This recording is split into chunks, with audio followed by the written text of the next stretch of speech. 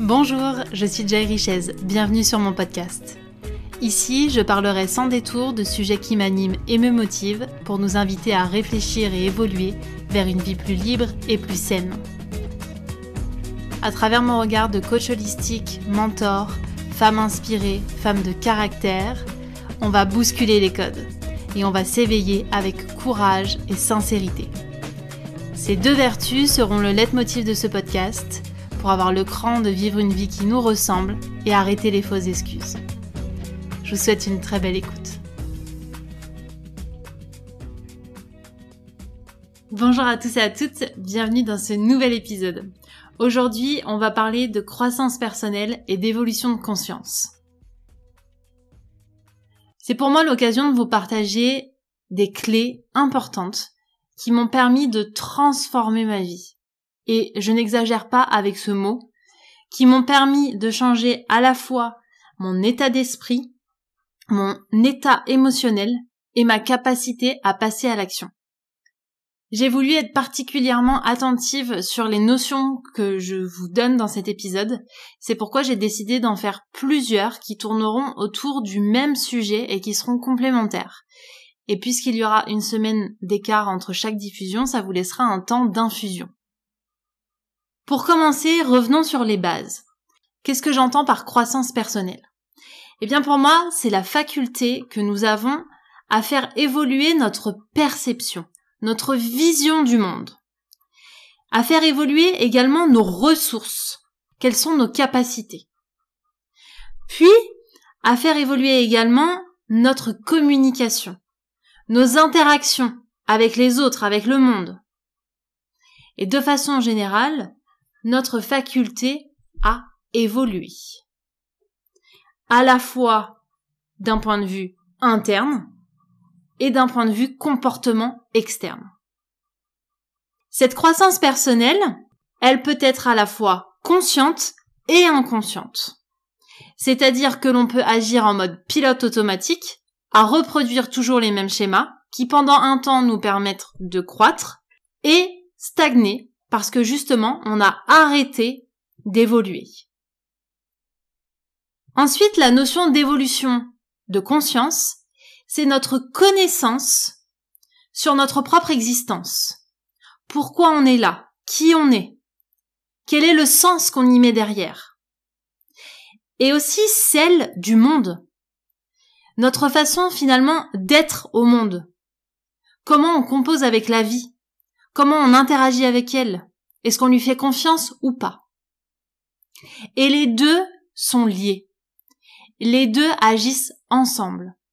Plus l'on va muscler la croissance personnelle, plus on va faire évoluer notre conscience. Et l'idée aujourd'hui, c'est de comprendre que nous pouvons agir sur l'un et sur l'autre, puisque c'est un vase communicant, et que nous avons un rôle majeur à jouer sur notre propre croissance. Pour vous donner un exemple, lorsque l'on est enfant, on est constamment en apprentissage. On apprend le langage, on apprend l'indépendance, on apprend de nouvelles activités, on apprend des normes. Ça nous conditionne, ça nous programme. Et plus on devient programmé, plus on réduit notre conscience. C'est-à-dire qu'on oublie qui on est. On oublie pourquoi on est là et comment on peut interagir avec le monde. Un enfant, à son jeune âge, il est émerveillé par le monde. Il est dans la gratitude de ce qui l'entoure. Il est dans cette quête effrénée de questionnement.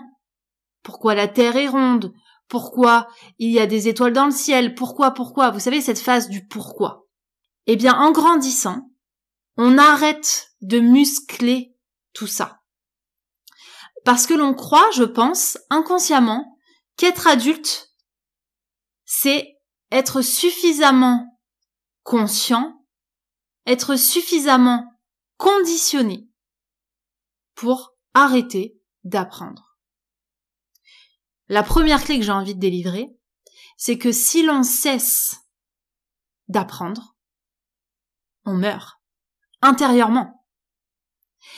Pas physiquement, mais intellectuellement, émotionnellement, vous tuez votre propre croissance intérieure. L'être humain est fait pour être en constante stimulation, pour être en constante croissance. Et si on arrête d'apprendre, de remettre en question, on ne nourrit pas la part de nous qui demande à être à un autre niveau d'un point de vue potentiel, qui demande à s'exprimer. C'est pour ça qu'il arrive de nombreuses fois qu'il y ait ce qu'on appelle des crises, crise de la trentaine, crise de la quarantaine, parce que justement, on cherche à remettre plus de sens dans notre vie. Parce que on a comme des sauts de conscience mais en fait, quel est le sens de ma vie? À quoi je sers? Quelle est mon utilité? Et l'idée, c'est de ne pas attendre ces crises-là pour pouvoir réajuster ces mécanismes, à la fois internes et externes, pour pouvoir avancer de façon plus juste. Je vous parlais de muscles, parce que justement, la croissance personnelle, c'est comme un muscle. On va, au début, vachement la solliciter lorsque l'on est enfant, de par notre éducation, notre culture, la société, qui va justement faire en sorte de la faire grossir, jusqu'à un certain âge, allez, 20, 25 ans. Et une fois qu'on a 20, 25 ans, on est tellement conditionné, tellement installé dans un schéma dans lequel on a voulu nous mettre, que on cesse de croître consciemment. C'est à ce moment-là qu'on se met en mode pilote automatique. On a conscientisé que avoir un CDI, c'était synonyme de sécurité. Et on en a oublié totalement que c'était une certaine façon de nous brider, de couper court à notre liberté. Ça nous permet de croire que la vie se résume à travailler et être en vacances tant de semaines par an. Ensuite, on nous a conditionnés aussi sur le couple. On nous a sous-entendu ou fait croire, par les dessins animés, par les films à l'eau de rose, que c'était synonyme de bonheur de vivre à deux. On en a oublié tout ce qu'il y avait autour de la dépendance affective, de la peur d'être tout seul, de ne même pas savoir qui l'on est en étant seul, de penser qu'en étant seul, on serait malheureux. On nous a conditionnés aussi sur le fait qu'être propriétaire, c'était synonyme de réussite, pour totalement occulter que la richesse pouvait être hors du matériel. Et puis, on nous a bien sûr fait croire, l'un des plus gros mensonges de toute l'humanité, que notre santé, c'était le fait de pouvoir guérir de certaines maladies, plus ou moins grosses, plus ou moins fortes, en occultant totalement qu'on pouvait avoir une santé préventive, qu'on pouvait entretenir un terrain sain quotidiennement pour ne même plus avoir de maladie. Tous ces conditionnements, ils nous ont conduits à rester dans un état de stagnation et du coup à un niveau de croissance bas. Et ça conditionne notre évolution de conscience. Puisque je vous l'ai dit, ça fonctionne de pair. Pour vous expliquer et pour vraiment essayer de faire au plus simple, je vais ici volontairement considérer qu'il y a 3 fréquences de conscience. Et j'utilise le mot fréquence parce que dans d'autres épisodes, je vous parlerai justement plus de niveau de conscience où là, on ira un petit peu plus dans les détails. Ces fréquences de conscience que j'ai répertoriées en 3 sont l'ego, la première fréquence qui est plutôt considérée comme inférieure, c'est celle qui est dirigée par notre ego, c'est-à-dire nos peurs.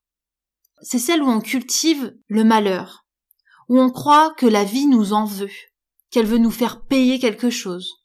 On pense même à ce stade-là que le karma, c'est un vengeur masqué. On se met dans une posture de victime très souvent. C'est pas juste ce qui m'arrive, j'ai vraiment pas de chance. Puis c'est la faute des autres. Moi, j'ai rien fait. On a des émotions qui sont plutôt tournées vers le désagréable. On est très colérique, on ressent de la culpabilité, de la tristesse, et on entretient ces émotions qu'on considère encore comme négatives, parce qu'on pense qu'elles n'ont pas du tout un rôle à jouer. Du coup, quand on pleure, on s'estime être faible.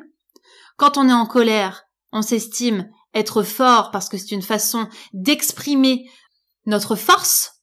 On cultive aussi la culpabilité. Le fait de reconnaître qu'on a un talent quelque part, on s'imagine que c'est du narcissisme.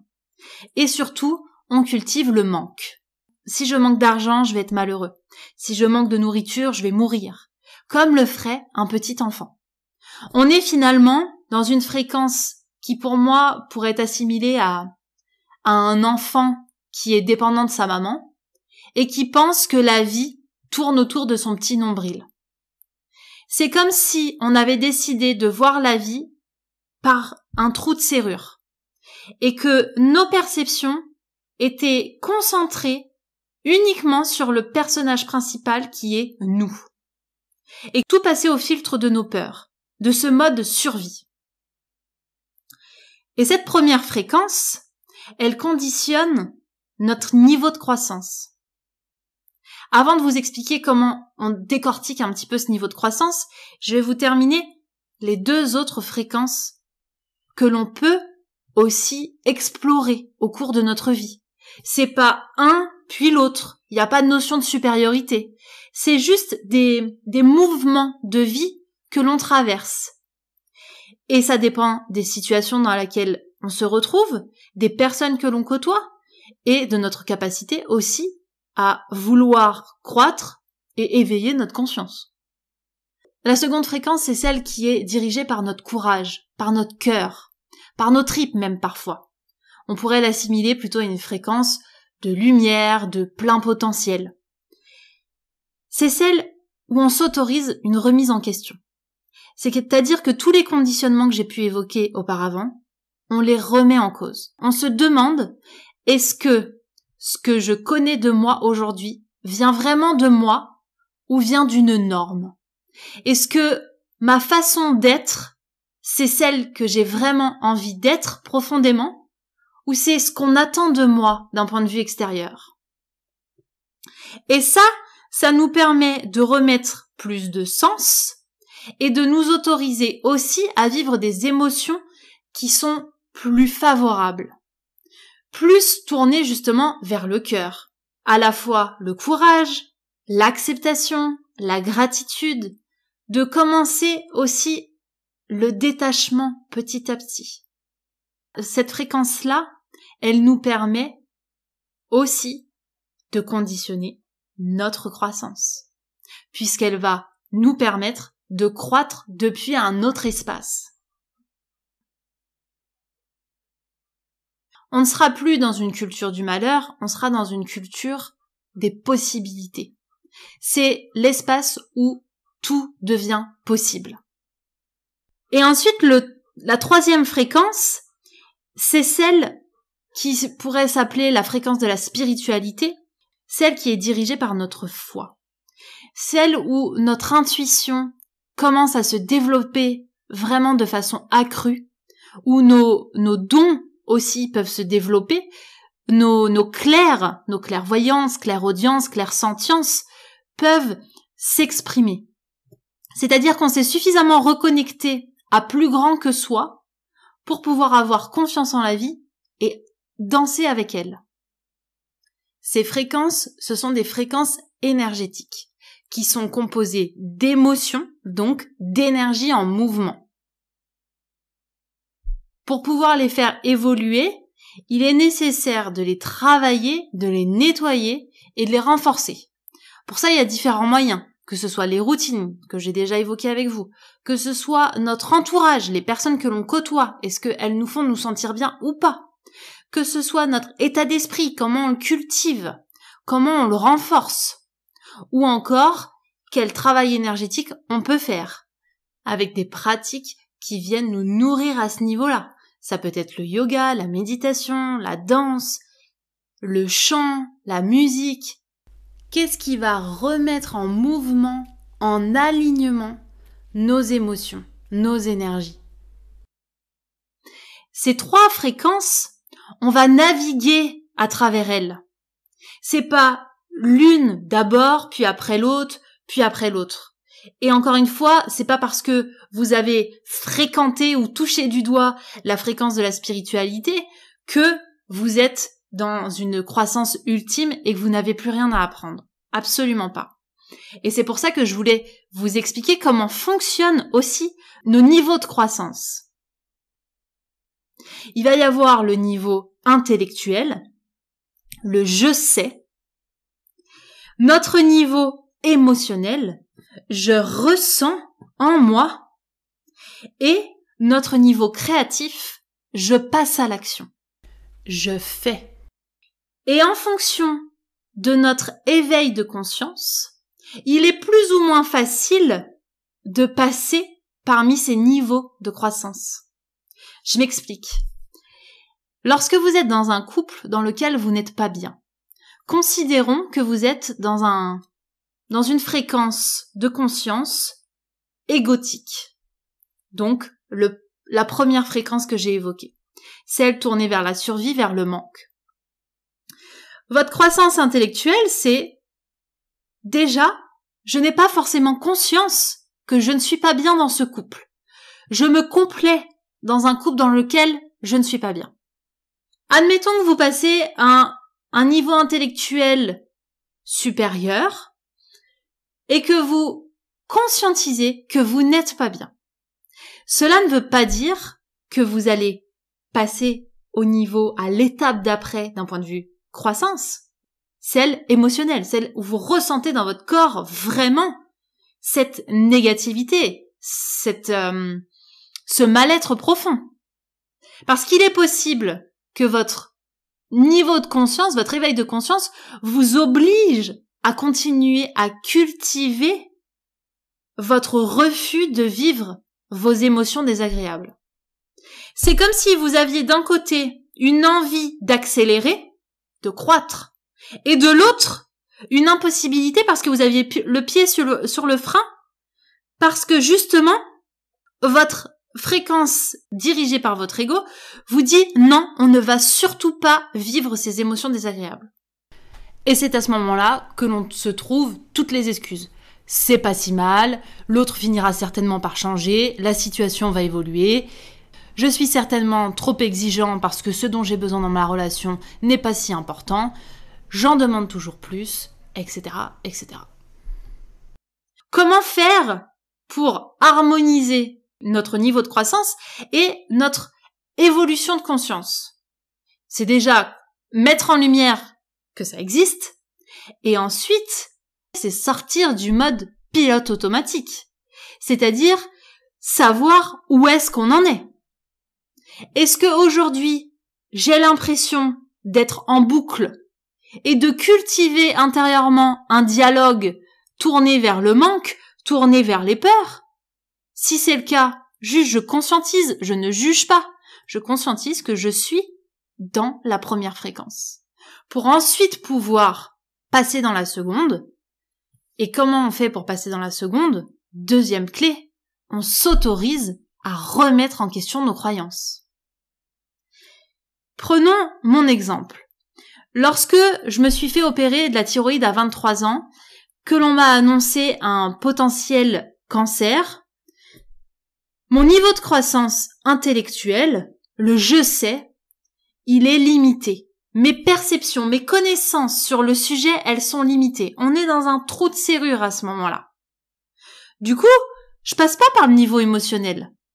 Je n'ai même pas envie de passer par le niveau émotionnel puisque je suis en mode survie. J'ai peur de tomber malade. J'ai peur de mourir à ce moment-là. Du coup, ma mise en action s'effectue sur ce niveau-là. C'est-à-dire, ok, je vais me faire opérer parce que je ne veux pas mourir. Si par contre, j'avais été dans une fréquence différente, la deuxième ou la troisième, j'aurais très bien pu me dire, ok, alors peut-être que je peux faire preuve de courage, faire que l'opération n'ait pas lieu de suite pour pouvoir me nourrir davantage en termes de connaissances, pour pouvoir remettre en question mes croyances à ce moment-là et changer mes actions. Ça ne s'est pas fait comme ça. L'idée, c'est de comprendre que mon niveau de croissance influence mon niveau d'éveil spirituel et vice-versa. Je peux aussi me retrouver dans une posture d'éveil de conscience, mais ne pas pouvoir passer à l'action comme je le veux. Parce que justement, il y a des blocages. Parce que j'ai pas suffisamment travaillé, conscientisé, mis en lumière les choses. Pour être la plus claire possible, on va avoir la main à la fois sur notre capacité à muscler notre croissance personnelle. C'est pour ça que l'on parle de développement personnel. C'est-à-dire, je le rappelle, notre faculté à élargir nos perceptions, nos ressources, notre façon de communiquer, etc. Mais on va aussi pouvoir agir en même temps sur notre évolution de conscience, en mettant de la lumière sur nos mécanismes. Si vous vous rendez compte que vous êtes dans la culture du malheur, des peurs, etc., ne vous jugez pas. Vous êtes simplement en train de conscientiser que vous êtes sur cette fréquence. C'est un cadeau que vous êtes en train de vous faire, parce que ça veut dire que vous sortez déjà de l'ignorance, vous sortez déjà du déni, et vous sortez du mode pilote automatique. Ce qui veut dire que vous commencez à vous ouvrir à un autre type de fréquence. Et c'est aussi pour ça que je vous fais cet épisode, parce que j'ai envie que vous preniez conscience qu'on peut être acteur de tout ça. C'est pas quelque chose que l'on subit, c'est pas quelque chose qui nous arrive à nous et pas à quelqu'un d'autre. On est tous capables d'évoluer d'un point de vue de nos états internes et de nos comportements, mais aussi de notre éveil. Et ça va passer par différentes mises en action. Pour moi, la première chose, c'est être sincère envers soi et se dire, ok, je me situe à cet endroit-là. Est-ce que, à cet endroit-là, en termes de croissance et de conscience, c'est ce qui me convient? Je me sens bien là-dedans ou pas? Si la réponse est non, il va être nécessaire de passer à l'étape d'après. L'étape d'après, c'est quoi? C'est déjà travailler sur un point qui est hyper simple, faire grossir ses perceptions. Il y a une phrase qu'on utilise en programmation neurolinguistique qui est « la carte n'est pas le territoire ». C'est-à-dire que la carte que vous avez sous les yeux ne correspond pas à l'ensemble du territoire qui existe dans le monde. La perception, c'est pareil. Ce n'est pas parce que vous avez une perception qui fait la taille d'une pièce de 2 € que ça correspond à tout ce qui existe dans ce monde. Je vous ai parlé de programmation au départ, c'est pas parce qu'on nous a conditionnés sur le fait qu'un CDI c'était la sécurité que la sécurité c'est réellement relié au CDI.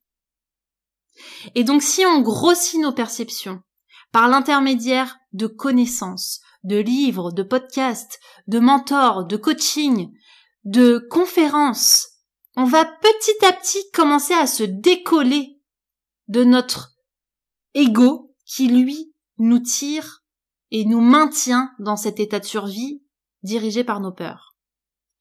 Mais on va pas s'arrêter là, parce qu'on pourrait très bien s'arrêter à ce premier stade, ce qui arrive pour beaucoup de personnes. On continue, on fait grossir, on fait évoluer notre perception, on lit des bouquins de développement personnel, on lit les accords Toltec, mais on continue à critiquer la voisine. On lit Kilomètre Zéro, mais on reste dans son travail ou dans son couple qui ne nous convient pas. Ces dissonances, qu'on appelle des dissonances cognitives, elles arrivent pour la simple et bonne raison qu'on n'a pas fait évoluer notre deuxième étape, notre niveau émotionnel. C'est-à-dire qu'on est resté coincé à la fois en termes de fréquence dans la fréquence égotique, qui nous incite à ne pas vivre nos émotions désagréables, ne surtout pas les traverser. Et moi, la première, je vous le dis en tout état de cause, lorsque j'ai fait mon premier stage de développement personnel et que j'étais d'un point de vue croissance personnelle au niveau le plus bas qui existe et en termes de fréquence dans la fréquence égo, je me suis dit, mais moi, ce monde n'est pas pour moi. C'est-à-dire que je vais aider les autres, mais moi, je n'ai rien à travailler. Je n'ai pas eu une enfance difficile, donc je n'ai pas de blessures, je n'ai pas de traumatisme. Et surtout, je n'avais absolument pas conscience que je ne savais pas traverser mes émotions.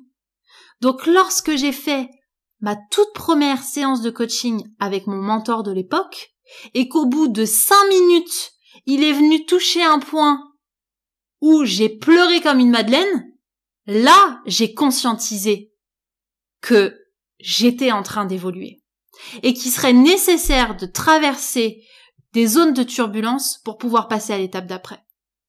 Ça a été un vrai switch dans mon cerveau que de me dire, en fait, il va falloir sortir de ton état de je pense ne pas avoir à évoluer, je pense être déjà en pleine possession de mes moyens pour pouvoir être, en l'occurrence, une bonne coach. Mais ça pourrait être une bonne maman, une bonne amie, une bonne amante. Ça marche dans toutes les postures de vie. En fait, j'étais dans cette fréquence, dans cette vibration, avec ces émotions désagréables, de culpabilité, de honte, de peur, de doute, de colère, qui me maintenaient au fond.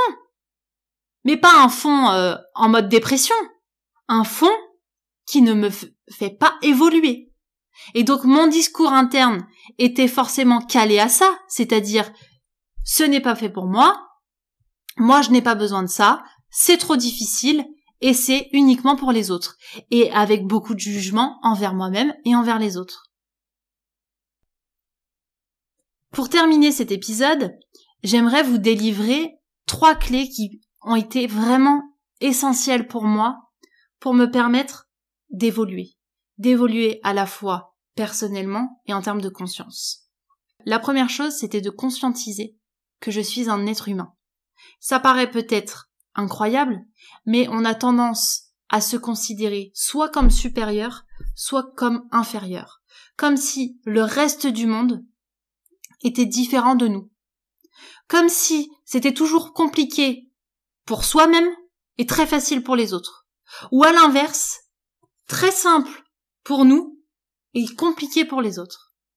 En fait, on n'est jamais dans la posture de neutralité, on se place en posture de supériorité ou d'infériorité. De façon inconsciente, mais on s'y met quand même. Et si on se considère comme un être humain, à part entière, de façon complète, eh bien, on se met au même niveau que tout le monde. Et là, on comprend que si on est au même niveau que tout le monde, nous aussi, on a des choses à remettre en question, à apprendre, à comprendre, à réajuster. Et que ça ne dépend ni de l'âge, ni de l'expérience, ni de nos diplômes, que ça dépend simplement de notre faculté à faire évoluer qui nous sommes, à passer de façon plus rapide de cette étape intellectuelle, émotionnelle, créative, de passer finalement plus rapidement à « ok, je sais, je comprends, je ressens, je passe à l'action ». Je comprends qu'arrêter de fumer, c'est mal pour la santé, je pourrais toute ma vie continuer à fumer tout de même. Sauf que si je me considère non pas comme supérieur ou inférieur, eh bien, je passe beaucoup plus rapidement de la conscientisation à la mise en action. Et s'il y a un blocage, c'est que du coup, certainement, notre ego nous maintient dans cet état-là. La seconde chose qui m'a fait basculer, c'est de m'autoriser à vivre mes émotions. Et vivre ces émotions, ça ne veut pas dire les dire. Ça ne veut pas dire « oui, je suis triste, oui, j'ai de la peine ». Ça veut dire les ressentir. Quand vous êtes en colère, vous êtes en colère. Vous avez les joues qui deviennent rouges, le cœur qui commence à palpiter. Pourquoi l'enfouir? Pourquoi considérer que c'est pas bien d'être en colère? Mais surtout, qu'est-ce qu'elle vient dire, cette colère, en vous? Et franchement, moi qui suis une grande colérique, qui a pour canal principal de communication la colère, je peux vous dire que ça se change, que ça évolue. Il y a quelques années de ça, je pensais que toute ma vie, je serais en colère. Je serais en colère contre les gens, je serais en colère contre un système, je serais en colère contre moi-même de pas avoir fait les choses comme ci, comme ça.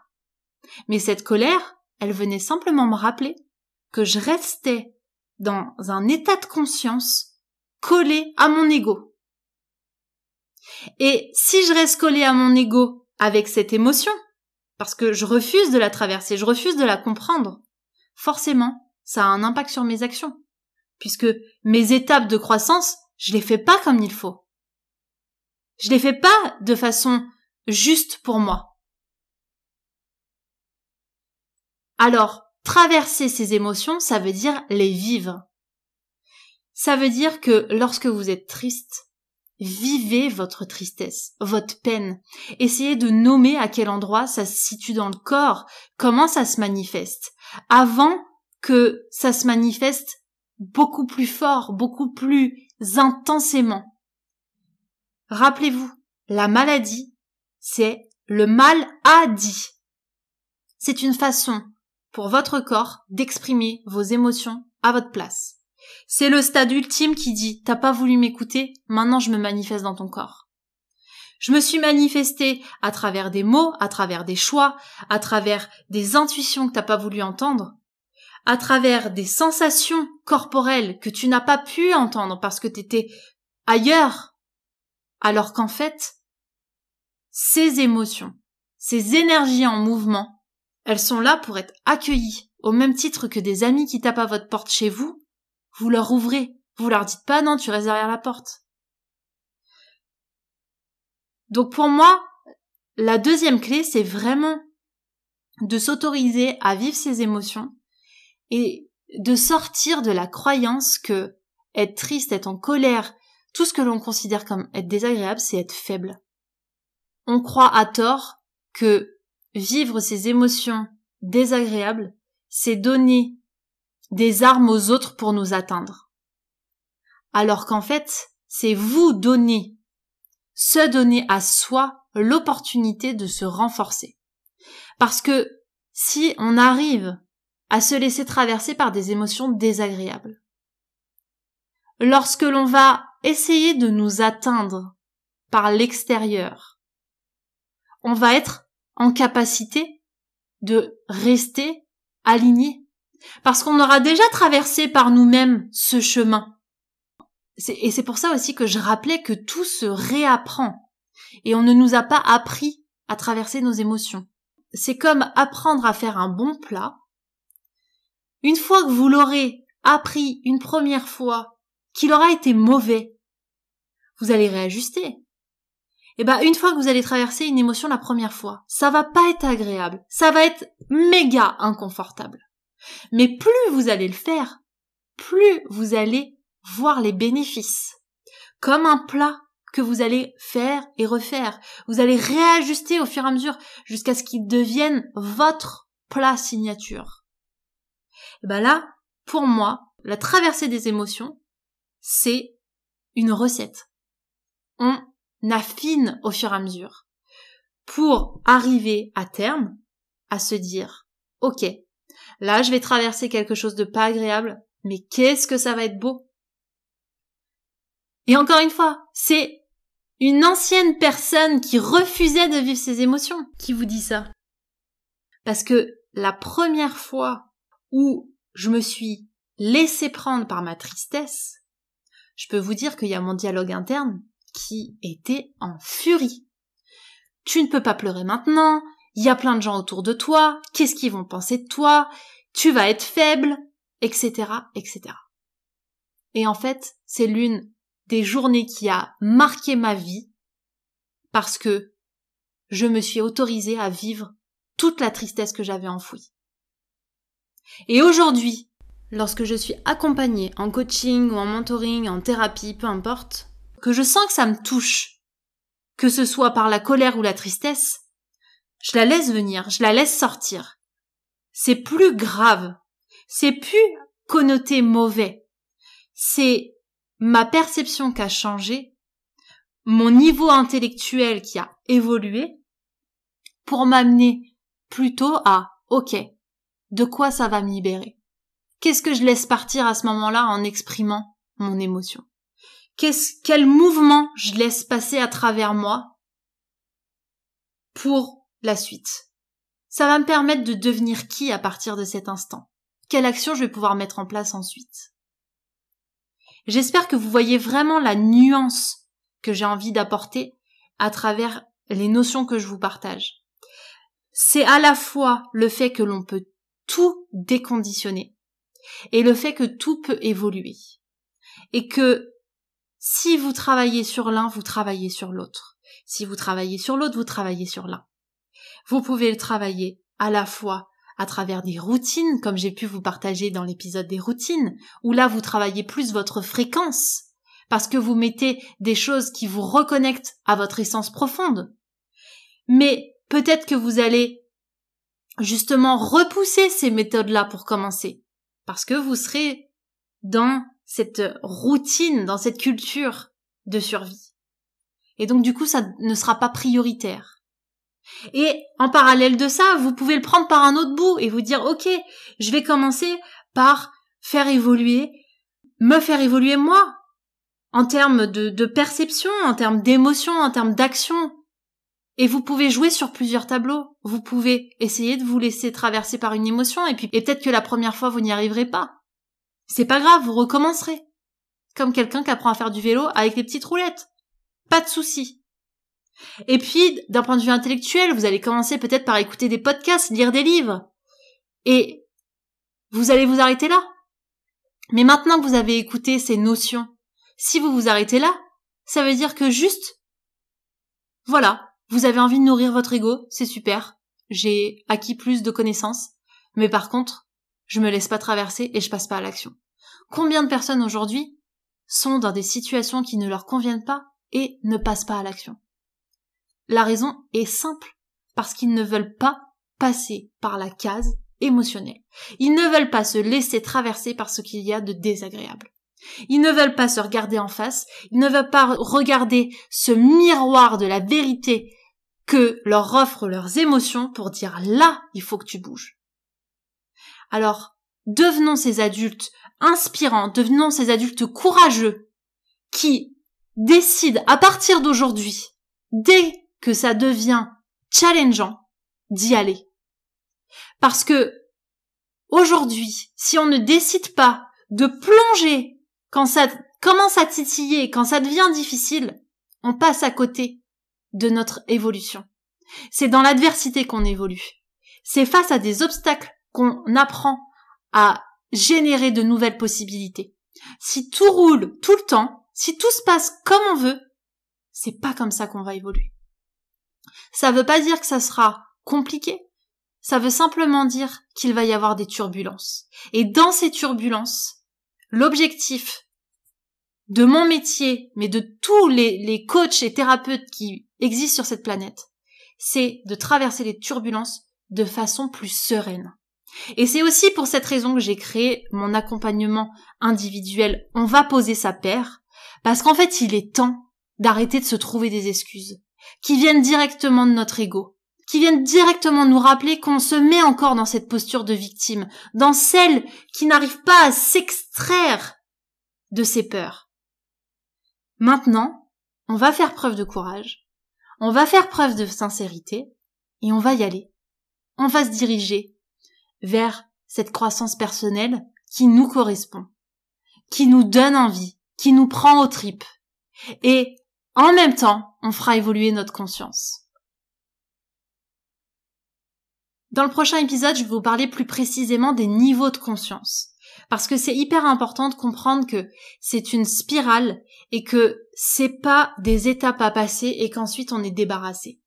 Je vous parlais aujourd'hui de la fréquence de l'ego. Elle sera toujours là. Le but, c'est pas de tuer son ego. C'est juste faire en sorte que ce ne soit plus le maître. C'est un personnage à l'intérieur de nous. On va pas le tuer. On va juste le remettre à sa place.